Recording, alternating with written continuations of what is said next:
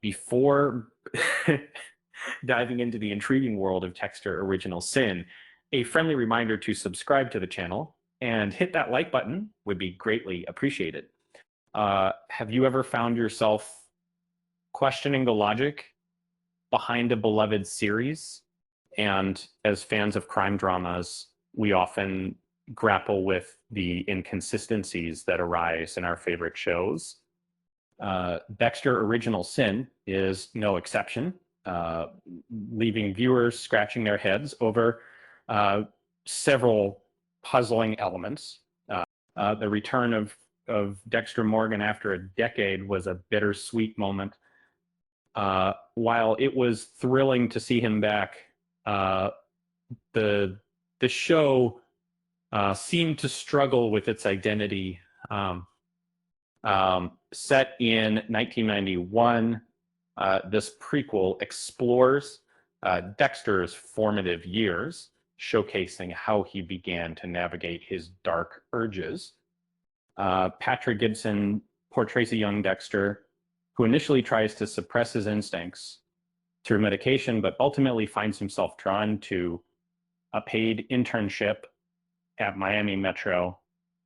And despite the excitement surrounding the revival, the first episode fell short of the original's brilliance.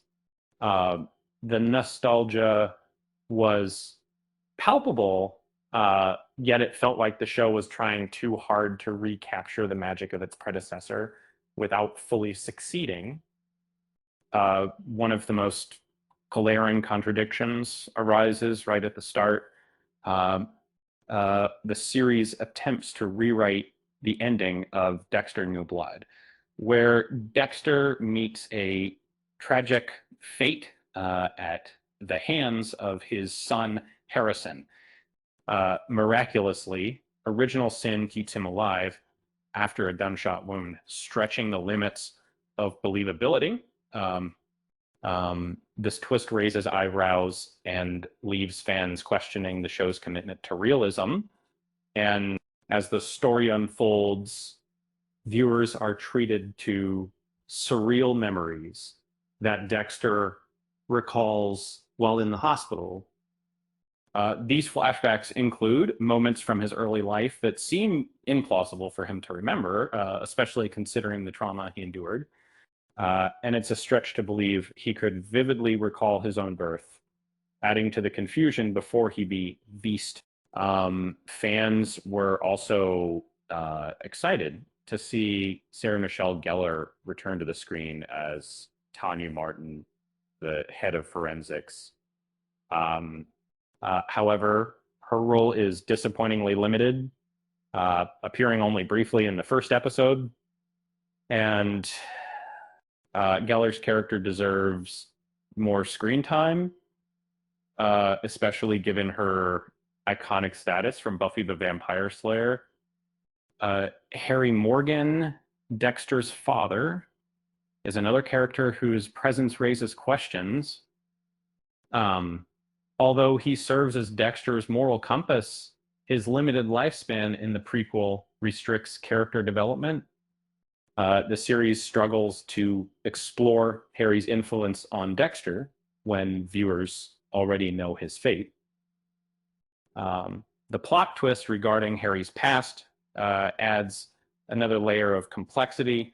It reveals that the Morgans had another child who tragically drowned, a detail that feels unnecessary given the established backstory. This addition seems to complicate rather than enhance the narrative. Harry's parenting skills also come under scrutiny.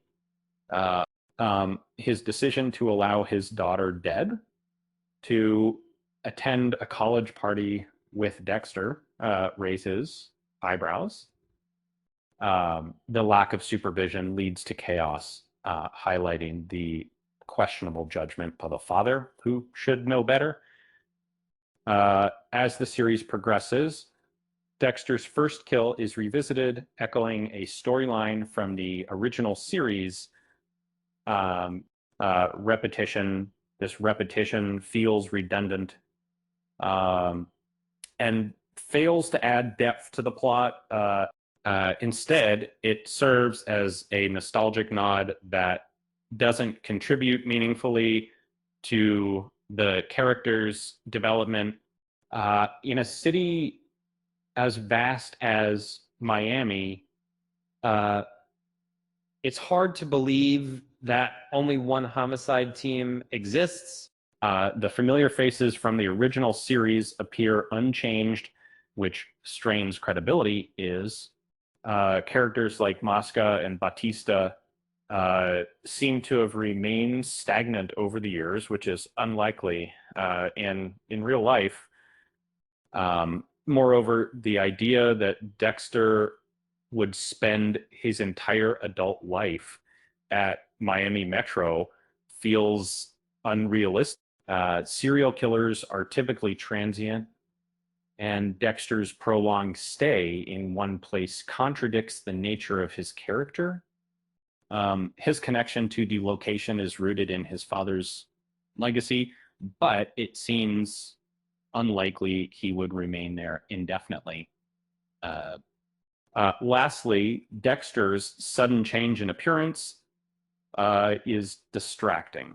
The rushed pacing of the first episode leaves little room for character exploration, and the inconsistency in his hairstyle feels more like a nostalgic callback than a meaningful plot.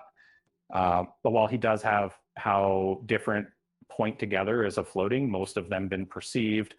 To wrap things up, Dexter Original Sin has its share of inconsistencies that leave fans questioning the narrative choices.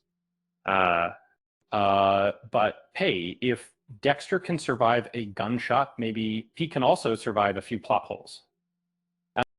With that said, thanks for watching, and until next time, bye-bye.